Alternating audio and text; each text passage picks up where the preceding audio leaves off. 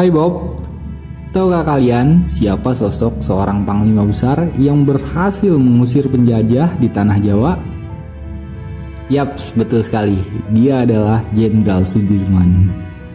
Dan di video kali ini Ogut mau mengulas sedikit tentang perjalanan seorang panglima besar Jenderal Sudirman agar kita selalu mengingat betapa hebat semangat beliau demi memperjuangkan kemerdekaan negara ini. Oke, nggak usah berlama-lama lagi, kita putar dulu intronya.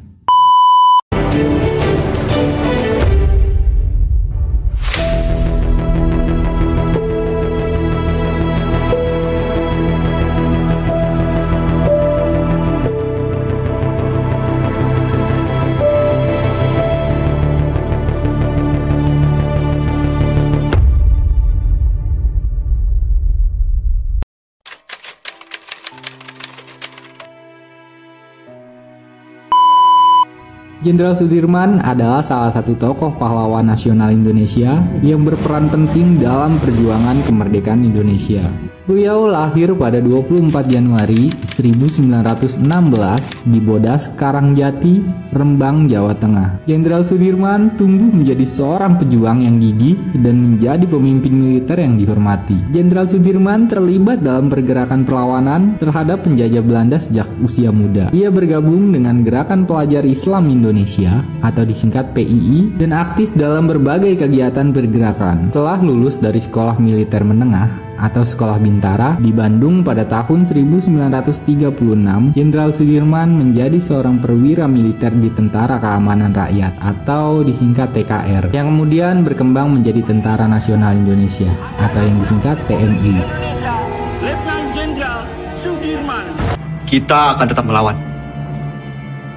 Dan saya akan memimpin gerilya dari hutan. Jenderal Sudirman memainkan peran kunci dalam memimpin perang gerilya selama Perang Kemerdekaan Indonesia melawan penjajah Belanda. Di bawah kepemimpinannya, pasukan gerilya berhasil mempertahankan kemerdekaan Indonesia dengan menggunakan strategi gerilya yang efektif. Setelah proklamasi kemerdekaan Indonesia pada 17 Agustus 1945, Jenderal Sudirman ditunjuk sebagai Panglima Besar Tentara Nasional Indonesia. Salah satu tugas utamanya adalah membentuk dan mengorganisir pasukan gerilya untuk melawan pasukan Belanda yang berusaha merebut kembali wilayah Indonesia. Perang gerilya adalah salah satu strategi militer untuk berperang dengan cara bersembunyi, berpindah tempat dengan cara cepat dan senyap. Strategi ini dilakukan ketika Belanda datang menjajah hingga setelah proklamasi kemerdekaan, saat bangsa asing kembali berusaha menggoyangkan kedaulatan Indonesia. Taktik perang gerilya dilakukan dengan tujuan untuk mengecoh konsentrasi musuh. Dalam taktik ini, tentara juga berbaur dengan rakyat. Jenderal Sudirman menyadari bahwa pasukan Indonesia dalam kondisi yang tidak setara dengan pasukan Belanda dalam hal jumlah dan persenjataan. Oleh karena itu, ia memutuskan untuk menggunakan strategi gerilya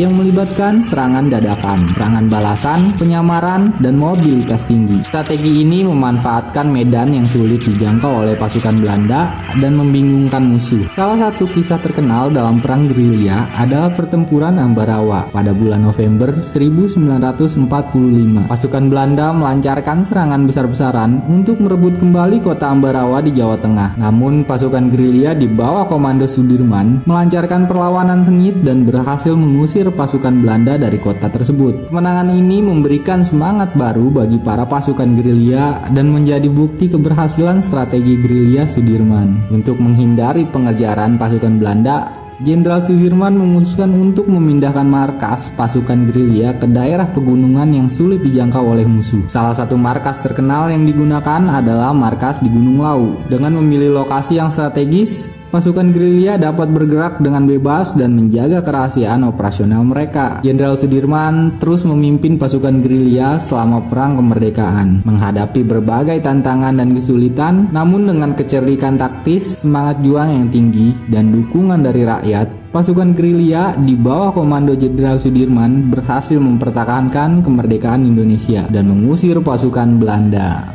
Jenderal Sudirman meninggal pada tanggal 29 Januari 1950, hanya beberapa bulan setelah Indonesia meraih kemerdekaannya. Walaupun hidupnya singkat, jasa-jasanya sebagai pemimpin perang dan pejuang kemerdekaan tetap diingat dan dihormati oleh bangsa. Nah, itulah sedikit cerita singkat tentang Jenderal Sudirman. Oke, jika kalian menyukai video ini, jangan lupa like, comment, dan subscribe. Juga bagikan kepada teman-teman kalian agar terus mengingat jasa-jasa pahlawan demi mempertahankan kemerdekaan Indonesia. Dan sampai di sini dulu video kali ini. Nantikan video berikutnya. Bye-bye.